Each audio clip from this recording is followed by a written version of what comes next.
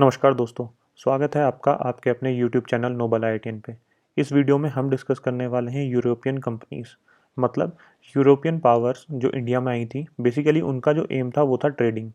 अब जब वो ट्रेडिंग करने यहाँ पर आए थे और यहाँ का माहौल देखा तो उन्हें ये रियलाइज़ हुआ कि ट्रेडिंग के साथ साथ यहाँ पर रूल भी किया जा सकता है। तो उसी के चलते ये लोग आए तो अपना ट्रेडिंग के लिए थे, लेकिन बाद में रूल करना इन लोगों ने स्टार्ट कर दिया। वो एक अलग टॉपिक है, उसे छोड़ते हैं। अब एग्जाम पॉइंट ऑफ व्यू से क्या क्या चीज़ें इंपॉर्टेंट हैं यूरोपियन पावर्स की या यूरोपियन कंपनीज़ की, हम वो सब डिस्कस करेंगे। सबसे पहला जो इंपॉर्टेंट क्वेश्चन बनता है वो बनता है इनके सीक्वेंस से, कि सबसे पहले कौन सी यूरोपियन पावर थी जो इंडिया में आई। अगर हम बात करें तो पोर्तुगीज़ से जो सबसे पहले इंडिया में आए, कब आए थे? 1498 में। उसके बाद आपके डच आए, उसके बाद ब्रिटिशर्स आए, फिर डैनिश आए, फिर फ्रेंच आए। अब डच कौन है? डच हैं आपके नीदरलैंड वाले। ब्रिटिशर्स आपका पता ही है आपको कौन है, इंग्लैंड वाले, यूके वाले। डैनिश की बात करें, डैनिश आपका डेनमार्क है, और फ्रेंच आपके फ्रांस वाले हैं। ये जो ब्रैकेट में ईयर्स दिए हुए हैं ये इनकी कंपनी के फॉर्मेशन ईयर हैं। जैसे पोर्तुगीज ईस्ट इंडिया कंपनी बनी थी 1498 में। अगर हम वहीं बात करें डच की, तो डच ईस्ट इंडिया कंपनी बनी थी 1602 में, और ब्रिटिश ईस्ट इंडिया कंपनी बनी थी 1600 एडी में। अब हुआ क्या था, 1600 एडी में जो ईस्ट इंडिया कंपनी बनी थी ये बनी थी आपकी इंग्लैंड में। और उस टाइम यहाँ पर इंडिया में रूल कौन कर रहा था? अगर हम फेमस किंग की बात करें तो अकबर उस टाइम रूल कर रहा था। तो चलिए धीरे धीरे आगे बढ़ते हैं। डेनिश की बात करें, ये डेनमार्क से बिलोंग करते हैं, और फ्रेंच की बात करें तो फ्रांस वाले। अब एक एक करके इन सारी कंपनीज को डिस्कस करते हैं, जो जो इनके इंपॉर्टेंट क्वेश्चन इससे बनते हैं। अगर हम पोर्तुगीज़ की बात करें तो सबसे पहले वास्को डी गामा थे जो इंडिया पहुंचे थे। वो कहाँ पहुंचे थे? कैलीकट। वहाँ पर उनका वेलकम किसने किया था? किंग जमूरे ने। कब पहुंचे थे? 1498 में। ये जो है चार वर्ड लिखे हुए हैं basically, Vasco D gamma, 1498, Calicut port और वेलकम बाय किंग जॉमरेन। ये चार वर्ड जो हैं बेसिकली ये चार क्वेश्चन है कि सबसे पहला फॉरेनर जो इंडिया आया था वो कौन था? Vasco D gamma. कौन से ईयर में आए थे पोर्तुगीज? 1498 में। सबसे पहले कहाँ पहुंचे थे? कैलीकट पोर्ट पे। किसने वेलकम किया था? जमूरे ने। ये अपने आप में चार क्वेश्चन है, हर एग्जाम में आए हुए क्वेश्चन है ये। अगला क्वेश्चन कि हम इन्होंने जो पोर्तुगीज ने जो पहली फैक्ट्री बनाई थी वो कहाँ बनाई थी? पहली फैक्ट्री इन्होंने बनाई थी कैलीकट में 1500 एडी में। और वहीं इन्होंने दूसरी फैक्ट्री जो बनाई थी वो बनाई थी कोचिन में। वो बनाई थी 1501 एडी में। कोचिन को ही इन्होंने अपनी फर्स्ट कैपिटल बनाया था पोर्तुगीज ने, और उसे हेडक्वार्टर भी बोलते हैं। अगर हम बात करें कैलीकट की तो 1525 एडी में इसे अबेंडन कर दिया गया था लोकल इश्यूज की वजह से, ये कैलीकट वाली फैक्ट्री को।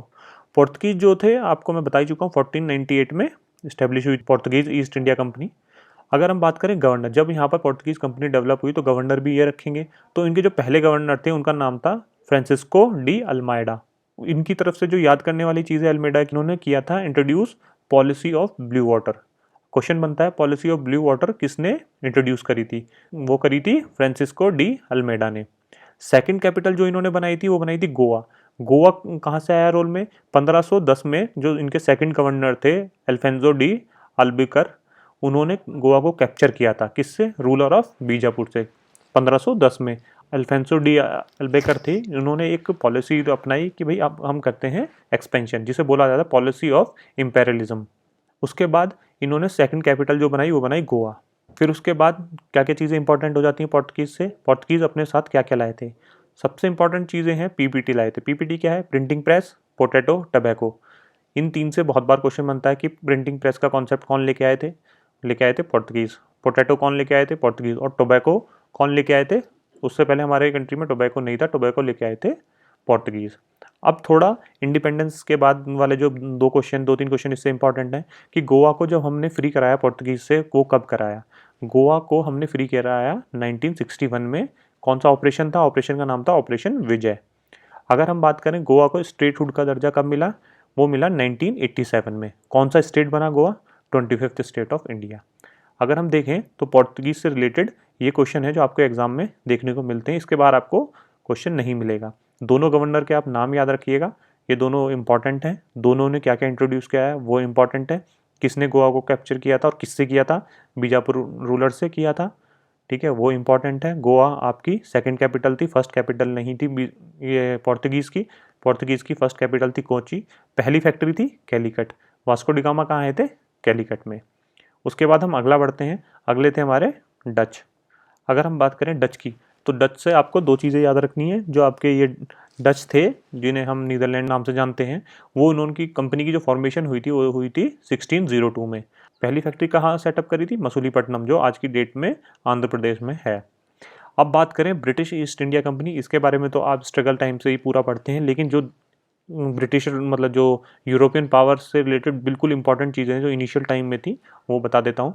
ब्रिटिश ईस्ट इंडिया कंपनी आपकी 1600 एडी में बनी थी। इसका फॉर्मेशन जो हुआ था इंग्लैंड में हुआ था, इंडिया में नहीं हुआ था। उस टाइम इंडिया में अकबर का रूल चल रहा था। अगर हम बात करें ब्रिटिशर जो इंडिया में आया, वो आया था कैप्टन विलियम हॉकिंस। किसके दरबार में आया था? वो आया था जहांगीर के दरबार में। क्या करने आया था? ट्रेड की परमिशन लेने। पहुंचा कब, कहाँ पर था? जब वो ब्रिटेन से आया था तो 1608 अगस्त में वो सूरत पहुंचा, और अप्रैल में अगले साल 1609 में आगरा पहुंचा। कहाँ पर? जहांगीर के कोर्ट में। अब जहांगीर के कोर्ट में कैप्टन विलियम जब पहुंचे तो वो किस लिए पहुंचे थे? फैक्ट्री की परमिशन लेने की। उन्हें सूरत में फैक्ट्री लगानी है, जो कि उन्हें परमिशन मिल गई, और उन्होंने 1613 में, उन्होंने 1613 में वहाँ पर फैक्ट्री लगा ली।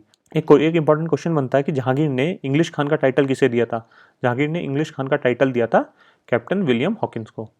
तो ब्रिटिश से रिलेटेड जो इनकी जब इस इनिशियल टाइम में आए थे तो इंपॉर्टेंट क्वेश्चन ये बनते हैं। बाकी आपके डेनिश और फ्रेंच से क्वेश्चन नहीं बनते हैं, तो बस उन्हें सीक्वेंस में याद रखने के लिए ज़रूरी है। तो बेसिकली एक बार रिवाइज कर लेते हैं। ब्रिटिशर की जो ईस्ट इंडिया कंपनी बनी थी, ब्रिटिश ईस्ट इंडिया कंपनी, वो बनी थी 1600 एडी में। कहाँ बनी थी? इंग्लैंड में। उस टाइम इंडिया में कौन राज कर रहा था? अकबर। उसके बाद दूसरा क्वेश्चन बनता है कि कैप्टन विलियम हॉकिंस इंडिया कब पहुंचा था? वो पहुंचा था 1608 में सूरत, और 1609 में पहुंचा था जहांगीर के कोर्ट में। कभी कभी ये पूछ लेते हैं कि जहांगीर के कोर्ट में कब आया था, तो 1609 में आया था। आगरा था जहांगीर का कोर्ट। कैप्टन विलियम हॉकिंस को जहांगीर ने कौन सी उपाधि दी थी? इंग्लिश खान की।